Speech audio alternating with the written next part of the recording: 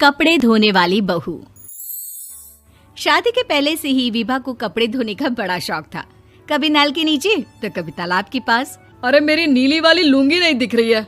विभा की अम्मा, कहाँ रखी है लुंगी? अरे वो तो विभा ने परसों ही धोकर रखी थी आपकी अलमारी में। देखो वहीं होगी। वो ना मैंने आज धो दी, मुझे लगा कि गंदी हो गई होगी। अरे कैसे गंदी हो गई थी? उसे तो मैंने पहना भी नहीं। हे भगवान, इस लड़की के कपड़े धोने की आदत से परेशान हो गया हूँ मैं। जितना तो घर में राशन नहीं आता उससे कहीं ज्यादा डिटर्जेंट पाउडर का खर्चा है। इसकी शादी करवा दो, शादी।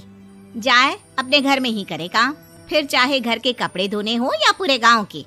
हाँ ठीक बोल रही हो, देखता हूँ मैं कोई लड़का। वो दिन भी आ जाता है जब विभा को देखने लड़के वाले आ जाते हैं। लड़की मुझे अच्छी लगी। होने वाली सास कहती है, बेटी अगर कुछ पूछना है तो पूछ लो। वैसे तो हमारी लड़की बहुत ही शर्मीली है, जो बोल दो वो मान लेती है, इसे क्या पूछना होगा। अरे कैसी बात कर रही हो माँ, मुझे इन लोगों के घर रहना है, सवाल तो कई है। हाँ हाँ बेटा, पूछ लो ना, क्या पूछना है। आप लोगों के घर कपड़े कौन धोता है? सास का मुंह बन जाता है। देखो, अगर तुम ये कहना चाहती हो कि तुम्हें कपड़े धोने नहीं आते तो सुन लो, कपड़े मैं ही धोती हूँ, लेकिन तुम्हारे आ जाने के बाद मैं रुमाल तक नहीं धोऊंगी। अरे चुप रहना भाग्यवान, बहू बेचारी घर आई नहीं, उसे डराना शुरू कर दिया। वो क्या है ना बिटिया, अभी तक तो ये कल्लू की माँ ही धोती थी, लेकिन अब तुम्हारे पापा तो दहेज में वॉशिंग मशीन देंगे ही।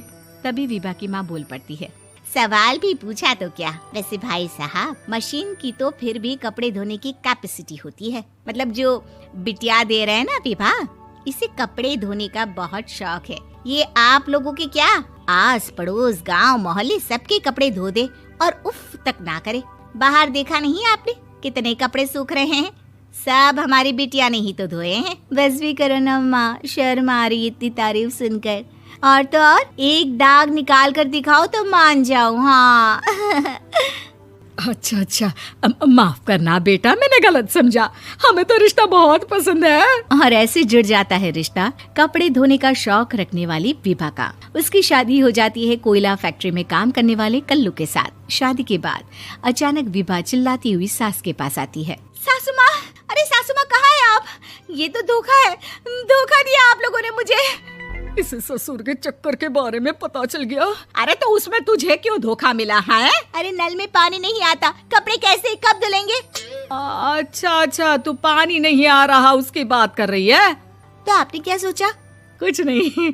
अच्छा, तेरी माँ ने कहा था कि कपड़े धोने का शौक है तुझे, याद आया मुझे। शौक बोलकर कपड़े धोने वाले मेरे जुनून को कम ना आके सासू माँ, कपड़ा धोना मेरा गुरूर है। तभी पति भी वहाँ आ जाता है। अभी मैंने इसे सनी देओल की फिल्म दिखाई है, उसी के डायलॉग मार रही है माँ। अच्छा सुन, साफ बता रही हूँ, पानी सुबह 4 से 6 और शाम को 10 से 12 आता है, समझी? विभा टाइमिंग सुनकर हैरान हो जाती है। ये क्या भूतों का मोहल्ला है? सुबह 4 बजे उठकर कौन कपड़े धोता है? 4 बजे टंकी में पानी जाता है, फिर सारा दिन धोना ना, किसने मना किया? अरे कैसी बात कर रही हैं? 200 लीटर की टंकी में कितने कपड़े धो लूंगी मैं? सुबह ही उठ जाऊंगी मैं। अब क्या था, विभा सुबह 4 से लेकर रात के 12 बजे तक कपड़े ही धोती रहती। एक रोज सास पड़ोस से निकलकर कहीं जा रही होती है कि साथ वाली कहती है, हाँ कल्लू की माँ, जरा ये बताओ कि 2 साड़ी है, 2 ब्लाउज और एक पेटीकोट और एक नाड़े वाला लंबा कच्छा। हाँ तो? अरे तो क्या, कितना लोगी धुलाई ये बताओ। धोबन दिख रहे हैं हम क्या? हमारे पति सरकारी नौकरी से अभी रिटायर हुए हैं और बेटा सुपरवाइजर है कोयला फैक्ट्री में। धोबन समझ रखा है हमें।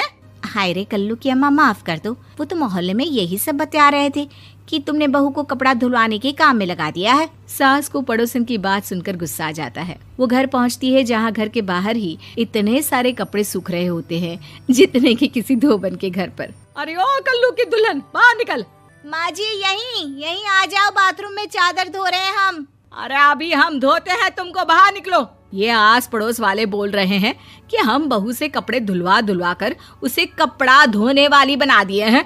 अरे छोड़ो ना माँ जी, किन लोगों की बातों में आती हो? आस पास के लोगों का तो काम ही होता है कि वो किसी तरह सास बहू को लड़ा दे। बहू सारे घर के कपड़े धोती है, ये क्या कम है? बोलिए।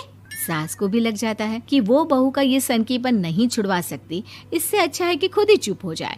एक रोज सास और बहू मंदिर जाते हैं, जहाँ सास की साड़ी वहाँ खड़ी भीख मांगने वाली से मिलती है। माँ जी क्या बात है, आपकी साड़ी उस भिखारन से कितनी मिल रही है ना? हाँ हाँ देखो तो, दोनों की साड़ी मिल रही है। क्या बात है कल्लू की अम्मा, तुम खुद को तो अफसर की बीवी बताती हो और ऐसी सिंपल सी प्लेन साड़ी पहनकर घूमती हो। सिंपल और प्लेन नहीं है ये साड़ी। तो क्या सोने के धागे से फूल बने हैं?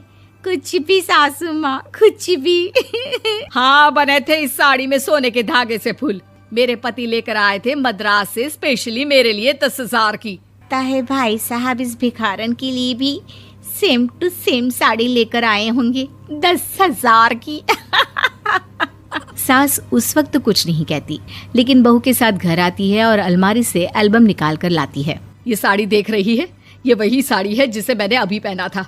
इस साड़ी में ये जो चमकदार फूल दिख रहे हैं ना, ये सोने के धागों से काढ़े गए हैं।